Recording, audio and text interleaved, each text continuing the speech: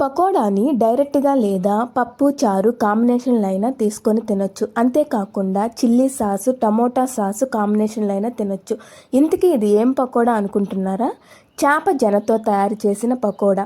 ముందుగా చేప జన తీసుకొని దీన్ని శుభ్రంగా వాష్ చేసుకొని కొన్ని వాటర్ సాల్ట్ యాడ్ చేసి దీన్ని ఉడికించుకోవాలి. తరువాత ఈ విధంగా చిన్న చిన్న ముక్కలుగా కట్ చేసుకోవాలి.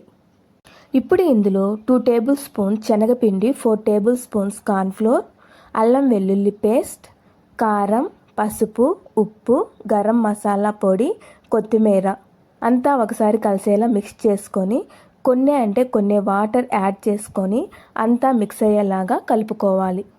ఈ విధంగా కలుపుకున్న తర్వాత ఆయిల్లో వేసుకొని 2 వైపులా తిప్పుకుంటూ డీప్ ఫ్రై చేసుకోవాలి.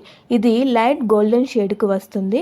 అప్పుడే దీన్ని తీసి వేరొక ప్లేట్లో వేసుకోవాలి. ఇంతేనండి, చేప జనతో పకోడా.